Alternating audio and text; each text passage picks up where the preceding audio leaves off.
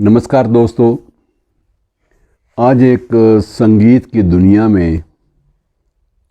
दुनिया की एक महान शख्सियत को आज याद करते हैं। ऐसी शख्सियत जिसकी गाई हुई गज़लें अब भी जहन में उथल पुथल मचाने में समर्थ हैं। आपने गज़ल बड़ी अच्छी तरह से मोमिन साहब की सुनी होगी कि वो जो हम में तुम में करार था, तुम्हें याद हो कि न याद हो। वो गज़ल अब भी जब गाई जाती है बेगम अख्तर की आवाज़ में, तो उसका जादू जो है वो चारों तरफ फैल जाता है। और ऐसी अनेक गज़लें हैं जिनके जादू से मुक्त होना कई बार आसान नहीं होता। मित्रों, बेगम अख्तर आज के दिन चली गई थी, लेकिन आवाज़ छोड़ गई और जो गाया वो हमारी बपौती बन गया। और पूरे देश को उन पर इतना गर्व हुआ कि उनको अपने जीवन काल में इस देश ने पहले पद्मश्री दिया, बाद में पद्म भूषण का अवार्ड भी दिया, ललित कला अकेडमी का भी, संगीत नाटक अकेडमी का अवार्ड भी मिला और ढेरों ऐसे सम्मान मिले। और शायद अदब की दुनिया में या कल्चर की दुनिया में या कला संगीत की दुनिया में वो एक वाहिद ऐसी शख्सियत है जिसका मकबरा आज भी अभी तक कायम है। हालांकि मकबरों का मामला काफ़ी इन दिनों बिखरा हुआ है। इन दिनों जब हम बात करते हैं कि उन्हीं के साथ काम करने वाले नौशाद, उनकी कब्र भी गायब कर दी गई। रफ़ी साहब की कब्र जो है वो भी अब नेस्त नाबूद हो चुकी है। और ये उस दौर से थोड़ा सा पहले हमारे बीच में आई थी, लेकिन अपने आने वाली पीढ़ी को उन्होंने इतना प्रेरित किया था कि एक बार संगीत सम्राट पंडित जसराज ने कहा था कि अगर मैंने शास्त्रीय संगीत की डगर पकड़ी तो उसकी प्रेरणा में बेगम अख्तर थी। मुझे लगा कि यही चीज़ है जो मुझे बेहद मुश्किल लगती है, लेकिन जो अगर मैं पालूँगा तो मेरे मन को एक रूहानी शांति से मिलेगी। मित्रों, बेगम अख्तर का शुरुआती नाम अख्तरी बाई था और उसको भी ज़िंदगी में जैसे बाकी सब कलाकारों को करनी पड़ी जद्दोजहद, उसको भी ज़िंदगी में बहुत शुरुआती दौर में जद्दोजहद से गुज़रना पड़ा। और लेकिन जद्दोजहद से गुज़रने के बाद भी उसको जब भी सुकून मिला वो शास्त्रीय गायन में मिला। ठुमरी, दादरा और गज़ल, ये तीन ऐसी शैलियाँ हैं गायन की। शास्त्रीय गायन है और आप उसे कह सकते हैं कि सुगम संगीत भी कह सकते हैं, क्योंकि कुछ गज़लें ऐसी हैं जिन्हें आप सुगम संगीत के दायरे में रख सकते हैं। लेकिन उनमें भी जो आरोह अवरोह है, उतार चढ़ाव है, स्वर संधान है, वो इतना ज़्यादा तरतीब से दिया गया है कि उसे क्लासिकल के बाहर उसको रख कर नापना मुमकिन नहीं है। इनके दो रूप हैं मित्रों, बेगम अख्तरी के उर्फ बेगम अख्तर, और उसके बाद इनके लिए तीसरा जो नाम जो यूज़ किया जाता है, जो इस्तेमाल किया जाता है, वो मलकाए गज़ल। मलकाए तरन्नुम पर तो मलकाए तरन्नुम नूरजहां ने कब्ज़ा कर लिया था। कब्ज़ा तो क्या किया था, उनके नाम के साथ जुड़ गया था, वाबस्ता हो गया था। और मलकाए गज़ल की जब बात आई तो बेगम अख्तर के अलावा और कोई नाम किसी को नहीं सूझा कि इन्हें मलकाए गज़ल कहा जा सकता है। बखूबी की गज़ल की दुनिया में जो जो एक्सपेरिमेंट्स, जो जो नए नए प्रयोग इन्होंने किए, वो कोई नहीं कर पाया।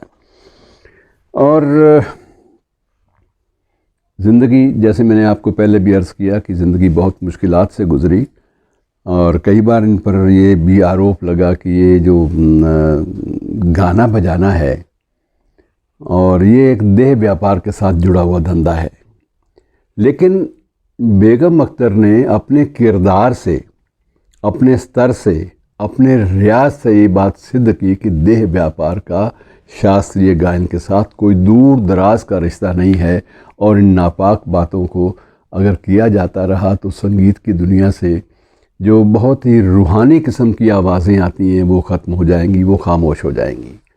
और ये बड़ी एक खूबसूरत बात थी कि उन्होंने जो कही अपने वक्त में। और उसका मित्रों, सबसे बड़ी बात यह है कि एक बार इनको पेशकश हुई शादी की, जिन्होंने एक बैरिस्टर से शादी भी कर ली। लेकिन बैरिस्टर साहब अपनी एरिस्टोक्रेसी के रंग ढंग में रंगे थे तो उनकी एक शर्त थी कि अगर मेरा निकाह हो जाता है तो निकाह के बाद मैं आपको आम महफ़िलों में जाकर गाने की इजाज़त नहीं दूंगा, पब्लिक परफॉर्मेंस मैं आपको नहीं करने दूंगा।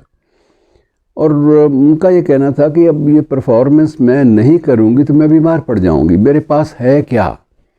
यही तो एक बात है, यही तो एक तौर तरीका है जिससे मैं उस अल्लाह मियाँ से अपना तार मिला लेती हूँ और उसके बाद मैं मस्त हो जाती हूँ। अगर जिस दिन मैं ठुमरी नहीं गाऊंगी, जिस दिन मैं ये दादरा का आलाप नहीं करूंगी, उस दिन मैं तो मेरी सांस घुटने लगेगी ऐसा लगता है। और काफ़ी दिनों के बाद फिर उन दिनों जब ये पाबंदियां घर से लगीं तो ये बीमार पड़ गईं, और बीमारी के बाद जब लंबा इलाज चला तब डॉक्टरों ने भी ये कहा कि इनको बचाना है बैरिस्टर साहब, तो एक ही तरीका है, इनको पब्लिक परफॉर्मेंस पे जाने दीजिए। आखिर बीच का रास्ता निकाला गया, ऑल इंडिया रेडियो से इनका कॉन्ट्रैक्ट हो गया और ये निरंतर उस ऑल इंडिया रेडियो के ऊपर जाके गाने लगी और धीरे धीरे इनकी जो सेहत जो एकदम से गिरती जा रही थी वो एकदम बहाल होने लगी। मगर दोस्तों ये चीज़ें जाती नहीं हैं। संगीतकार हो या शायर हो या कलाकार हो, जब तक उसको कोई जिससे वो मुखातिब है जब तक उसके सामने ना हो तब तक उसको ये लगता है कि वो बात अपनी पहुंचा नहीं पा रहा।